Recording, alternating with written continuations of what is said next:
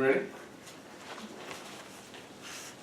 I'm going to run down this debate in terms of 4 questions and show you why side closing of government wins this debate. Second of all, 2 explanations to liberals. First of all, understand that the kind of uncertainty they talk about in the lives of marginalized people and their rights, that isn't to say that even in the absolute worst case scenario, which I'm going to prove to is has the absolutely less chance of happening, we think the absolute worst case that happens when conservative like Supreme Courts come in and strike down this ruling, strike down this previous precedents, we think the absolute worst case is status quo, ladies and gentlemen. Meaning they don't return to say some barbaric world where you essentially strike down the individuals or anything of that form, right? Meaning the absolute worst case happens in status quo. But second of all, they try to frame this debate in a sense that the comparative is that these Supreme Courts are going to essentially touch on every single laws that govern the stability of this country. First of all, we don't think these people are anarchists to begin with. But second of all, being the kind of things that these liberal progressive judges are likely to face are things that you already inherently agree with society. Things like freedom of speech, things like that protect individuals, that killing individuals are wrong. Everything else that works in society and protects individuals at the primary level, at the fundamental level, are things that are inherently protected already. We don't think you return to any form of anarchism where you throw away the constitution. So now let's get into the first question. Number 1, why is this necessary? And we're going to prove this in 3 layers. First of all, we've already shown you in the kind of sense that you're unable to have progressive legislation and progressive congresses in society simply because of the fact that the lack of liberal courts means that there's a lockout process that happens in terms of voter ID laws, in terms of gerrymandering laws, in terms of things in elections, right? But second of all, we show that there are laws that essentially govern the kind of systems that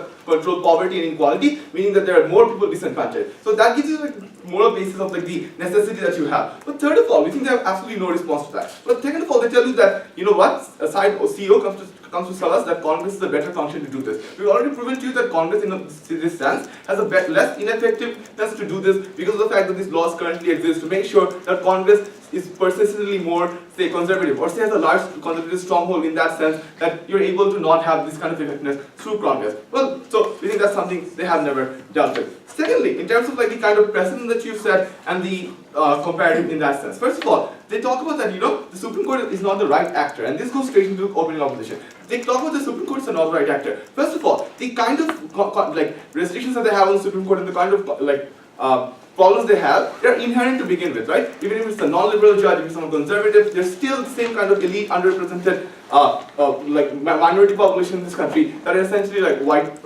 males, right? But first of all, that is factually incorrect. But second of all, even if that is the case, we think the comparative is that you end up with worse cases where the same kind of judges, in cases where they're conservative, are able to have more negative impact. And in that sense of the world, when these individuals who essentially proclaim themselves to be liberal, who proclaim themselves to be progressive, the point in time they do proclaim that thing, we think the individuals have absolutely right to go on and have the activist mode to do these things when they're in power, right? In the same sense that conservative judges would do the same thing when they're in power, we think these individuals are absolutely obligated to follow through on their promises, to follow through on the kind of beliefs they have. We think the fact that they're simply white men doesn't mean that they can't be liberal, doesn't mean that they can't enact liberal policies. No response to that. Then they tell you, you know what, it's historically been like that, so therefore this is a bad precedent. We never see why this is relevant. We think that takes out of this debate. But last of all, it's about the interaction between the legislature and the Supreme Court. They tell you that, you know what, it's better if you don't treat the Supreme Court like a legislator. It's very responsive. First of all, understand, ladies and gentlemen, the kind of, the issue that you have with the legislature is that it changes every 4 years, right? The problem is, the fact that Supreme Court rulings stay for a longer time is absolutely key in this debate. But second of all, even if you as a legislature come into power and want to enact these laws or want to have progressive policies, the problem is the point in time when your Supreme Court doesn't allow you to do so and they strike down your laws, we think that's a hindrance in the way. In a world where just in our comparative, in a world where the Supreme Court essentially passes these laws and you do have in some case legislatures who are able to do it, we think you gain the maximum amount of benefit and you're able to have these laws enacted in the country and passed all the way through. But third of all, we tell you that this doesn't really, and an example of this is how when the New Deal wouldn't have been passed if courts shut down everything until the president politically pressured them with courts stacking the Supreme Court. We think these examples are very important. But last of all, we think there's something that they completely miss out of this debate in the comparative is the liberal progression of society and why these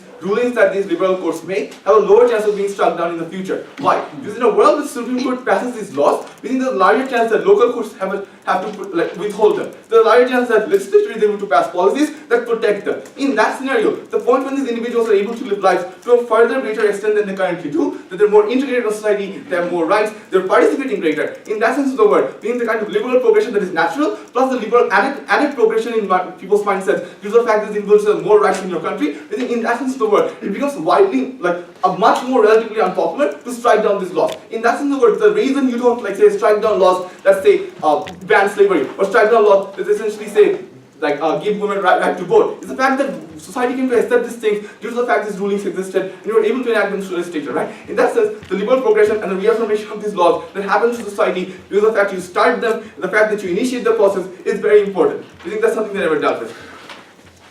I'll take opening. I can think of many progressive Supreme Court rulings, such as Roe v. Wade, in which it was not popular and thus did not receive support from the lower courts or the legislative branch. However, I cannot think of any examples in which it was unpopular ruling and did receive that support from those branches.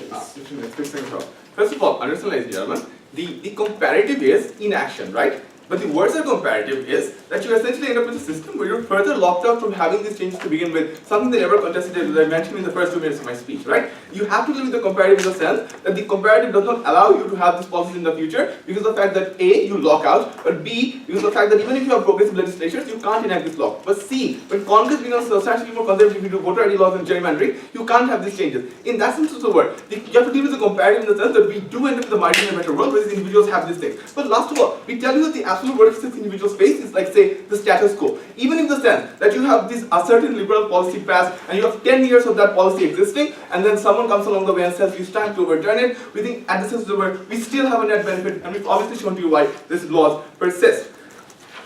First of all, say, why do we win, right? Opening government did a great job in terms of like showing to you why it is absolutely necessary to do these things and why it's morally right to help these marginalized communities, right? But what I didn't tell you is why it's urgent, but A, why it's absolutely necessary to do it considering the kind of lockup that you get in the future. But last of all, opening government was unable to deal with the comparative, and that's why we think we take it over OG. But why is O locked up this debate, ladies and gentlemen? Because O tells you that there are two problems with this. A, these courts aren't the right people to do it, but B, there's a precedent that conservatives come in the future and do it. I've shown to you why this doesn't happen in terms of the liberal reaffirmation that happens in society, but number two, why you're more likely to have the net benefit that you get from the society the point in time you enact this law and have it. Why do you think CEO gets locked in this debate? Because their main contention from CEO was that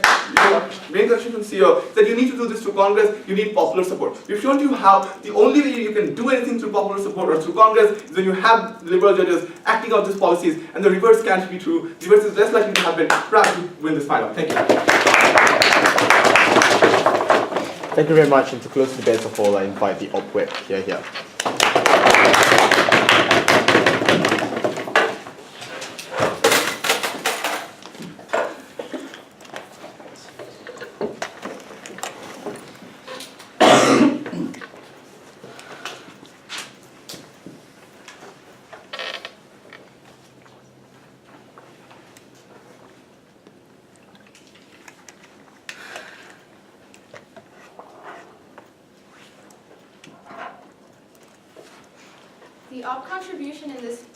The closing op contribution in this debate is to why uniquely we need Congress to enact these laws because of the accountability that the electorate has them. We also tell you why exactly stability is so important for these minority groups and why, in order for us to actually do what is best for them in the long term, we need the Supreme Court to interpret the Constitution as impartially as possible. So first, going into a lot of rebuttal. We think that in regards to this local courts argument that it's largely fallen out of the debate, but we just want to point out that the Supreme Court cannot strong-arm local courts in some way. We want to point out that local courts are often elected, so they're held accountable to the electorate, and so they're going to do whatever their electorate wants them to do. This means that if I am a judge in a highly conservative area, it doesn't matter what the Supreme Court is doing, I'm still going to rule against abortion and against abortion access because this is what my electorate wants me to do. Second, the idea about how the opening government came up, which I think we need to point out, is that this idea that the Supreme Court can somehow normalize progressive rights, and that if they pass them now, then they will be more likely to still be entrenched in the society and it will have long-term effects, etc. But we don't think that this is the case. We see that with cases like Roe v. Wade, the conservative states just keep on chipping away at these rights. We see this with abortion rights. We don't see that Roe v. Wade has normalized abortion. We see that in actuality it has done, let me back up a second, and let me say that what we're actually talking about here in terms of normalizing progressive rights is a comparative with liberal states and conservative states, because what the Supreme Court is doing in these cases is making it so that these kinds of progressive laws are getting implemented in conservative states. We see that they're already being implemented in liberal states. What we really care about are the conservative states here, but we see that they're still chipping away at these policies now. We think that, and this is one of the key contributions that closing op brings you, is that when you see that the rights come through Congress and through legislature, the legislature that it's easier for us to uphold them and force these groups to actually follow them, whereas it is the case with Supreme Court rulings that the executive branch does not actually have any legal obligation, the president does not. But again, we see that it's better for the control to be in the hands of Congress, where they can actually tell the conservative states how these policies need to be implemented. So also this idea about the moral obligation that closing government brings you, and this idea that the Supreme Court has a moral obligation to protect these groups. We agree, the Supreme Court has a moral obligation to protect these groups, but we think that it is that the Supreme Court cannot be relied upon to accurately interpret the laws in favor of these groups. We see that that the Supreme Court is only liberal some of the time, and we think that it sets a bad precedent for the Supreme Court to interpret the Constitution however it pleases them and however it best serves their personal moral obligation, because the moral obligations that a liberal court feels are different from those that a conservative court feels. And what we really care about here in this debate, and what closing op uniquely brings you, and which is why we think that we take over our opening op, is the function of Congress and the government. They talk to you about the function of the Supreme Court. We're telling you about the function of the Constitution and the function of Congress. We think that the Constitution functions to help ground our government, that it gives them a line which they have to follow, and that it means that the Supreme Court can't just come in and do whatever they want, whenever they want. And so we see that what happens actually in their world, they try to play off this idea that it's hard to actually overturn rights once we see them, but we don't think that this is actually the case. We see with the case with whether or not the death penalty is legal, that actually the Supreme Court outlawed it and then reinstated it 3 years later. We think that the Supreme Court does this pretty often, and that it's relatively easy for these rulings to be flipped. We think that actually, and what we're telling you in closing government is that actually when we implement this in the legislative, through the legislative branch, that it's much easier for it to be long-term, and that you're more likely to have long-term stability and long-term rights for these marginalized groups that we care so much about. On this. Yes, I'll take closing. If closing government has shown you that current conservative policies are locking out progressives from getting into Congress or actually producing any kind of law, how do you gain access to any kind of long-standing change? Okay, so we think that that this isn't necessarily true. Like, we see that there were a lot of amendments added to the Constitution in the 20th century, like the right for women to vote, the thing about alcohol. We think that it is possible for these rights to be passed. And we think that in today's climate, even if in today's particular climate, that it is difficult for liberals to get policies passed in Congress, that it is not impossible, and that because of the moral imperative that we bring you to set a precedent for stability, so that these groups can have stability, that is important. They also tell you that the worst case scenario on our side in terms of this whole stability argument is that just once it gets overturned, we go back to the status quo. We tell you that this is clearly not the case. We think that especially in the case of gay marriage, that we think that if you tell people that they can get married, they get their marriage license in a conservative state, they're living together, they're getting all these tax benefits, and then a conservative court comes in and overturns this, that this completely overturns their lives. We think that this is especially bad for these marginalized groups, and we want to create a kind of long-term stability for them where they don't have to worry that their rights are just going to get overturned again. We also think that when you take the law into your own hands and do whatever you feel is morally right, that this also sets a precedent for presidents, let's say, to pass executive orders to ban transgender people from the military. So we think that on our side of the house, by creating this precedent for stability and by using the Constitution as a way to ground our laws, that this is a good thing on our side. No, sorry. Okay, so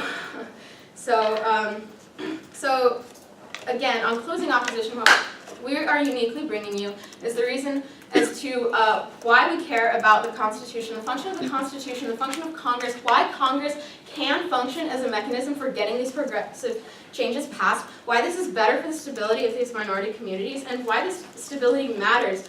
Let me just go ahead and reiterate again why the stability is so important, because we need these minorities to see long-term change. We also see that when the courts are taking things into their own hands and, let's say, interpreting economic policies however they want, that this is also bad, because then this creates destabilization in terms of jobs and everything, and so we see this as bad for those minority communities. But what we are also bringing you on closing up is the link work as to why exactly we need this stability and we need this, and why on their side of the house, when they're advocating for a system where people just take morality into their own hands and do whatever they think is best for them in the moment, that this is actually more harmful to marginalized groups in the long term. And this is why closing off is winning this debate. Thank you.